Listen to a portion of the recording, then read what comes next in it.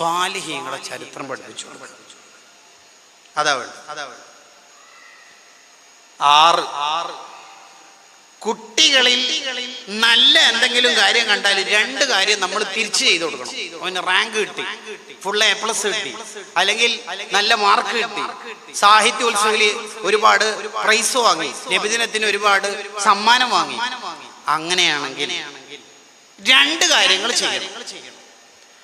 ഇപ്പോഴാണ് ഈ ടീച്ചേഴ്സൊക്കെ സ്റ്റാർ ഒട്ടിച്ചു കൊടുക്കലും സ്റ്റാർ വരക്കലൊക്കെ തുടങ്ങിയത്. നബി സല്ലല്ലാഹു അലൈഹി വസല്ലം തങ്ങൾ എല്ലാ ശിഷ്യന്മാർക്കും സ്റ്റാർ ഒട്ടിച്ചു കൊടുക്കല്ലേ ഇത്. അസ്ഹാബി കന്നുജൂം, എന്റെ സ്വഹാബത്ത് എല്ലാവരും സ്റ്റാർ ആണെന്നാ പറഞ്ഞത്. യെസ്, ഫബിഅയ്യിഹിം ഇഖ്തദൈതും ഇഹ്തദൈതും, അവരെ ആരെ നിങ്ങൾ ഫോളോ ചെയ്താലും നിങ്ങൾ വിജയിക്കും എന്നാ പറഞ്ഞത്. ആ ഇസ്ലാമിന്റെ അഹ്ലുകാരായ നമ്മൾ പഠിക്കാൻ വേണ്ടി വസ്സാലിമാൻ പറയുന്ന കാര്യമാണ് എന്ത്? രണ്ട് കാര്യം ചെയ്യണം. നമ്മളെ മക്കളിൽ എന്തെങ്കിലും നല്ല കാര്യം കണ്ടാൽ ഒന്ന് ആ കാര്യത്തെ ആളെ മുമ്പിൽ നിന്ന് പുകഴ്ത്തണം. എന്റെ മോനെ കണ്ടോ, അൽഹംദുലില്ലാഹ്. എന്റെ മോനെ എന്നുള്ള പ്രയോഗം മാതാപിതാക്കളിൽ കൂടിക്കൊണ്ടേയിരിക്കണം. ഖുർആനിൽ മക്കളെ വിളിക്കുന്ന ടേം അധിക സ്ഥലത്തുള്ളത് യാ ബുനയ്യാന്ന, ഓ കുഞ്ഞു മോനേന്നാ. ഇത് നിങ്ങളെ മോനാ? അതെ, അത് വരക്കണം, എന്റെ മോനാണ് എന്ന് പറയുമ്പോൾ തന്നെ ആ കുട്ടിക്ക് സന്തോഷം. ഇത് നിങ്ങളെ മോനാ?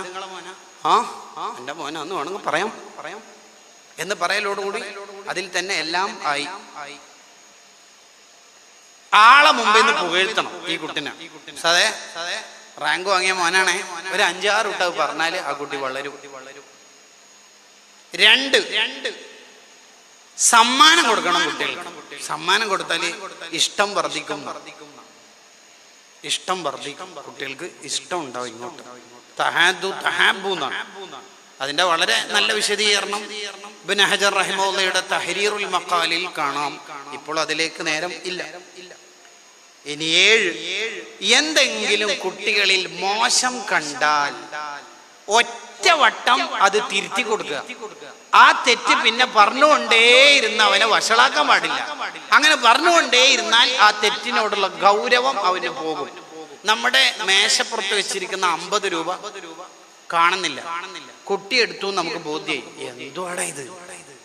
ചെറിയ പ്രായത്തിൽ ഇങ്ങനെ ചെറുത് കട്ടെടുത്തിട്ടുണ്ടല്ലേ, മോഷണം നടത്തിയിട്ടല്ലേ വലിയ പെരുങ്കള്ളനാവുക. എന്താ മോനെ ഇത്? നന്നായിട്ട് ആ കുട്ടിനെ തിരുത്തി കൊടുക്കണം. പക്ഷെ അത് മേലാല് പറയാൻ പാടില്ല. ഒരു ദിവസം നമ്മുടെ കുട്ടീനെ കാണാത്തതുകൊണ്ട് നമ്മളിങ്ങനെ കിച്ചന്റെ അടുത്തേക്ക് കൂടി പോകുമ്പോൾ അവിടെ നിന്ന് ഇങ്ങനെ പുക വരുന്നു. പുകയില്ലാത്ത അടുപ്പ് കാര്യമായിട്ട് ഇത്രയും രൂപ ആക്കിയിട്ട് ചെലവാക്കിയിട്ട് നിർമ്മിച്ചിട്ട് ഇവിടുന്ന് ഇടുന്ന പുക വരുന്നു നോക്കുമ്പോൾ ഓനിങ്ങനെ വലിക്കുന്നു. 8ാം ക്ലാസ്സിലുണ്ടത്ര ചങ്ങായി, ഓനെ കയ്യോടെ പിടിച്ചു. അപ്പൊ ഓൻ പറഞ്ഞു, പ്ലീസ്. എന്ത് പ്ലീസ്? ഇനി വലിക്കോ? തെറ്റാന്നറിയില്ലേ? തിരുത്തി കൊടുത്തു. പക്ഷെ ഇനി അത് പറയാൻ പാടില്ല. ഓന്റെ കൈ ഇങ്ങനെ പിടിച്ചിട്ട് ടൗണിൽ പോകുമ്പോ സദർ ഉസ്താദ് തിരിച്ചു വരുന്നുണ്ട്. അപ്പൊ ഓനോട്, ഫൈസൽ മറ്റേത് പറയണ, ഏത്? അത് പറയലോടുകൂടി ആ തെറ്റിനോടുള്ള ഗൗരവം ആ കുട്ടിക്ക് പോകും. നിങ്ങൾ ഇങ്ങനെ ട്രോളിച്ചിരിക്കുന്നേ ഉള്ളൂ. അത് പറയാൻ പറ്റില്ല. ഒറ്റവട്ടം തിരിച്ചു കൊടുക്കുക, പിന്നെ അത് പറയരുത്. ആ കുട്ടിക്ക് അത് വേദനാവെന്ന് മാത്രമല്ല, ആ തെറ്റൊന്നും പ്രശ്നമില്ല, ആകെ 2-3 കളിയാക്കലേ ഉണ്ടാവുള്ളൂ എന്ന ഒരു ലാഘവത്തോടുള്ള ചിന്ത ആ കുട്ടിക്ക് വന്നു. സമയമില്ല. 8ാമത്തെ കാര്യം പറഞ്ഞ് ഞാൻ അവസാനിപ്പിക്കുന്നു. ബഹുമാനിക്കപ്പെടേണ്ടവരോടുള്ള ബഹുമാനം ഉപ്പിയുമ്മയും പഠിപ്പിച്ചു കൊടുക്കണം. നീ എന്താ ഉസ്താദിനോട് പറഞ്ഞത്? അതെല്ലാം എടുക്കട്ടെ, നീ എന്താ ഉസ്താദിനോട് പറഞ്ഞത്? എന്ത് ഇതിനാണോ ഞാൻ എന്നെ മദ്രസയിലേക്ക് അയച്ചത്, ദർസിലേക്ക് അയച്ചത്? ഗൗരവത്തിൽ ആ കാര്യത്തെ സമീപിക്കണം. ഉപ്പാനോടുള്ള ബഹുമാനം ഉമ്മ പഠിപ്പിച്ചു കൊടുക്കണം. ഉപ്പാനോടുള്ള ബഹുമാനം, നീ എന്താണ് ഉപ്പാനോട് പറഞ്ഞേ? അയാൾ നീ ആരെ വിളിച്ചത്? ഉപ്പാന. അയാൾ എന്തിനാ എന്റെ കാര്യത്തിൽ ഇടപെടുന്നു? ഇന്നാ ലില്ലാഹി വ ഇന്നാ ഇലൈഹി റാജിഊൻ. സൗദിയിൽ നിന്ന് ഇത്താക്കത്തിന്റെ പ്രശ്നം വന്നിട്ട് കുറെ കാലം പട്ടിണി കിടക്കുമ്പോഴും നിനക്കൊന്ന് തിന്നാൻ തരാണ്ട് നിന്നിട്ടില്ല ഉപ്പ, അറിയോ? എന്നിട്ട് ഒമാനിലേക്ക് പോകും.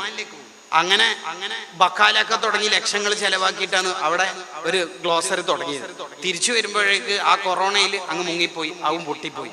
ആ ഘട്ടങ്ങളിൽ മുഴുവനും ഉപ്പ നോമ്പെടുക്കല പരിപാടി. തിന്നാനില്ലാത്ത ദിവസം നോമ്പെടുക്കൽ സുന്നത്താന്ന് ഉപ്പാനോട് ആരോ പറഞ്ഞു, അങ്ങനെ എടുക്കും. പക്ഷെ നിന്നെ ഒന്നും നോമ്പെടുപ്പിച്ചിട്ടില്ല. ഈ കൊറോണ കാലത്ത് നിന്റെ SLC ഓൺലൈൻ ക്ലാസ് എടുക്കുമ്പോ 5 മാസം മാസ്കും മറ്റേ കണ്ടെയ്നർ ബോക്സിൽ ബിരിയാണിയും വിറ്റിട്ട് ചായ കാപ്പി റെയിൽവേ സ്റ്റേഷനിൽ ജോലിയും ചെയ്തിട്ടാണോ 5 മാസം കൊണ്ട് എനിക്ക് ഗാലക്സി J6ന്റെ ഫോൺ വാങ്ങി തന്ന ഓൺലൈൻ ക്ലാസ്സിന്? 2 അറ്റം മുട്ടിക്കാൻ എത്ര കഷ്ടപ്പെട്ടിന്. നിനക്ക് ഉമ്മാനോട് ഭയങ്കര സ്നേഹം, ഉപ്പാനോടില്ല അല്ലേ? നീ എന്താ പഠിച്ചേ? ഖുർആനില് ഉപ്പാനെ കുറിച്ച് കുറെ ഒന്നും പറഞ്ഞിട്ടില്ല, ഹദീസിലും പറഞ്ഞിട്ടില്ല. അതിനർത്ഥം ഉപ്പ കഷ്ടപ്പെടുന്ന കഷ്ടപ്പാട് നിങ്ങൾ കാണുന്നുണ്ടല്ലോ, അതുകൊണ്ട് പറയണ്ടല്ലോ എന്നതാണ് അതിന്റെ കാരണം. ഞാൻ കഷ്ടപ്പെട്ട കഷ്ടപ്പാട് ഗർഭം ചുമക്കൽ, പ്രസവിക്കൽ, മുലയൂട്ടൽ. അതുകൊണ്ടാ ഉമ്മുക്ക ഉമ്മുക്ക ഉമ്മുക്ക എന്ന് 3 വട്ടം പറഞ്ഞത്. അത് നീ കാണാത്ത കാലം കൊണ്ട് പറഞ്ഞതേ ഉള്ളൂ കേട്ടോ. തഫ്സീർ ഷാറാബിയിലുണ്ടത്. അതൊക്കെ അങ്ങ് പറഞ്ഞു കൊടുത്ത ആ കുട്ടിക്ക് ഉപ്പാരാണെന്ന് ബോധ്യവും. അതേസമയം നമ്മളെ നാട്ടിൽ പലപ്പോഴും ഉമ്മമാര് നീ എന്തിനാ കരയണത്, ടൂറിന് പോകണ്ടെന്ന് ഉപ്പ പറഞ്ഞിരുന്നോ? ഓ സഹിക്കും മോനെ, ഉമ്മ 25 കൊല്ലായി നിന്റെ ഉപ്പാന് സഹിക്കുന്നു. ഇങ്ങനെ പറഞ്ഞാൽ എങ്ങനെ ഉണ്ടാവും? പിന്നെ എന്തിനാ ഈ കുട്ടിനെ ഇനി ദർസിലും മദ്രസയിലും കോഴ്സിനൊക്കെ അയക്കണത്? എന്താ അതിനെ കൊണ്ട് കാര്യം? ഉമ്മാനോടുള്ള ബഹുമാനം ഉപ്പ പഠിപ്പിച്ചു കൊടുക്കണം. എനിക്ക് ഉമ്മാനോട് തീരെ സ്നേഹമില്ല, ബഹുമാനമില്ല. ഉപ്പാന്റെ മുമ്പിൽ വലിയ ആളായി. ഉപ്പ ഒരാഴ്ചത്തേക്ക് ഗൾഫിൽ നിന്ന് വന്നു, ഹോ ഭയങ്കര സംഭവമാണല്ലോ. ഉമ്മാൻ അങ്ങനെ സമീപിക്കേണ്ടത്? പോയി പൊരുത്തപ്പെടിച്ചിട്ട് വാ. ഇനി ഞാൻ ടൂറിന് വിട്ടാലും ഉമ്മാക്ക് പൊരുത്തമില്ലെങ്കിൽ നീ 1000 വട്ടം പോണ്ട, പോയി പൊരുത്തപ്പെടിച്ചിട്ട് വാടാ. ഉപ്പ അങ്ങനെ പറയേണ്ടത്, അല്ലാതെ എന്താ പ്രശ്നം? ഉപ്പ വിട്ടാലും ടൂറിന് പോകണ്ടെന്ന് ഉമ്മ പറഞ്ഞതിന് പൊരുത്തമില്ലാന്ന്. ഈ പൊരുത്തക്കോയിനെ കൊണ്ട് കുടുങ്ങിയല്ല. ഉപ്പ ദുനിയാവിൽ ചെയ്ത ആകെയുള്ള ഒരു തെറ്റ് എന്റെ ഉമ്മാനെ കെട്ടിയതാ മോനെ എന്നല്ല പറയേണ്ടത് കേട്ടാ, അങ്ങനല്ല പറയേണ്ടത്. ബഹുമാനിക്കപ്പെടേണ്ടവരോടുള്ള ബഹുമാനം നമ്മൾ പഠിപ്പിച്ചു കൊടുക്കണം. നീ ആരെ മോനാ? വെറുതെ അല്ല ഇങ്ങനാന്ന് ഒരു മദ്രസയിൽ ഉസ്താദ് ഒരു കുട്ടിനോട് പറഞ്ഞാൽ ഇനി എന്തിനാ ഉസ്താദെ നിങ്ങൾ ബിർറുൽ വാലിദൈനി ക്ലാസ് എടുത്ത് കൊടുക്കണത് എന്നാണ് ഈ ചോദ്യത്തിന്റെ താല്പര്യം. ഇന്റെ ഉസ്താദ് കണക്കെന്നെ ഉപ്പ പറഞ്ഞു കൊടുത്താൽ എന്തിനാ നിങ്ങൾ കഷ്ടപ്പെട്ടിട്ട് മദ്രസയിലേക്ക് അയക്കുന്നത് എന്നും ഇതിന് താല്പര്യമുണ്ട്. ബഹുമാനം പഠിപ്പിച്ചു, അല്ല ബഹുമാനം ഉണ്ടാകണം. അള്ളാഹു തൗഫീഖ് ചെയ്യട്ടെ. നമ്മളെ മക്കൾ അള്ളാഹു സാലിഹീങ്ങളാക്കട്ടെ. സഅദ് ബിൻ അബി വഖാസ് റളിയല്ലാഹു അൻഹു ദ്വാരന്നത്രേ. അസ്രായിൽ അലൈഹിസ്സലാം റൂഹ് പിടിക്കാൻ വേണ്ടി വന്നപ്പോ എന്താ ദ്വാരന്നത്? അല്ലാ എൻ്റെ മക്കളൊക്കെ ചെറുതുണ്ടത്ര, ഓരല്ലൊന്ന് വളർന്നു വലുതായി ഖുറത്തു അയിനായി കണ്ടിട്ട് മരിക്കാനാണ് എൻ്റെ പൂതിയും. അങ്ങനെ നമ്മൾ ആഗ്രഹിക്കേണ്ടത് ദ്വാരക്കേണ്ടത്. വേഗം പോയിട്ട് മരിക്കണമെന്ന് ഇപ്പൊ ആരുടെയോ ഒരു ട്രെൻഡ് രൂപപ്പെട്ട പോലെ ഉണ്ട്. അങ്ങനെയൊന്നുമല്ല, മറിച്ച് നമ്മൾ ആഗ്രഹിക്കേണ്ടത് എൻ്റെ മക്കളൊക്കെ ഒന്ന് വളർന്നു വലുതാകുന്നവരെ എനിക്ക് കാണണം. ഇപ്പോ ഒരാളോട് ഇന്റർവ്യൂ എടുത്ത് കേരളത്തിലെ ഏറ്റവും സൗഭാഗ്യമുള്ള വനിത ആരെന്ന് വെച്ചാൽ കാന്തപുരസൈൻ്റെ ഉമ്മ. വേറെന്താ ഡൗട്ട്? അത്ര മുവഫഖത്തായ ആരുള്ള നമ്മളെ മക്കളൊക്കെ ആലിമീങ്ങളാണ്, സ്വാലിഹീങ്ങളാണ്. അതിന് നമുക്ക് കഴിവുണ്ടാവണം, അതിന് ദീർഘായുസ് ഉണ്ടാവണം. ഖൈറുക്കും മൻ ത്വാല ഉംറുഹു വഹസുന അമലുഹു. നിങ്ങൾക്ക് നല്ല നല്ല അമല് ചെയ്യാൻ പാകത്തിൽ ദീർഘായുസ് ഉണ്ടാവുമ്പോഴാണ് നിങ്ങൾക്ക് ഖൈർ ലഭിച്ചു എന്ന് ഹദീസിലുള്ളതല്ലേ? ശരി, സഅദ് റളിയല്ലാഹു അൻഹു അങ്ങനെ ദ്വാരന്നപ്പോ 20 കൊല്ലത്തേക്ക് റൂഹ് പിടിക്കേണ്ട തിരിച്ചു വരി എന്ന് പറഞ്ഞ് അസ്രായിൽ അലൈഹിസ്സലാമിനെ അള്ളാഹു തിരിച്ചു വിളിച്ചത് മഹലുൽ ഖലാസ് ഫീ മനാഖിബി സഅദ് ബിൻ അബി വഖാസ് എന്ന ഗ്രന്ഥത്തിൽ ഉണ്ട്. ആ അർത്ഥത്തിൽ നമ്മളെ മക്കളൊക്കെ സ്വാലിഹീങ്ങളാവാൻ നമ്മൾ അധ്വാനിക്കണം. അതിന് ഭാര്യമാര് ഏറ്റവും പ്രധാനമായി ശ്രദ്ധിക്കേണ്ടത് ഖിദ്മത്തു സൗജ്, ഭർത്താവിന് ഖിദ്മത്ത് എടുക്കുന്നതായിരിക്കണം. ഒന്നാമത്തെ പ്രിയോറിറ്റിയിൽ ഒന്നാമത് കൊടുക്കേണ്ടത് അതിനായിരിക്കണം. അതാണ് ഏറ്റവും പ്രധാനം. ഭർത്താവ് ബെഡ്റൂമിലേക്ക് വിളിച്ചു, ഞാൻ ഓൺലൈൻ ക്ലാസ്സിലാണ്, നിങ്ങൾ കിടന്നോളി, നിങ്ങൾക്ക് കുറച്ച് ചൊല്ലാനുണ്ട് എന്ന് പറയുന്ന ഒരു ട്രെൻഡ് ഇപ്പം അടുത്ത് രൂപപ്പെട്ടത് ഓൺലൈൻ മജ്ലിസ് കൊണ്ട് വന്ന ഒരു ദുരന്തവും കൂടിയാണ്. അതല്ല, റാബിയത്തുൽ അദവിയ ബീവിയേക്കാൾ സൂഫി വനിത ആരെങ്കിലും കണ്ടിട്ടുണ്ടോ?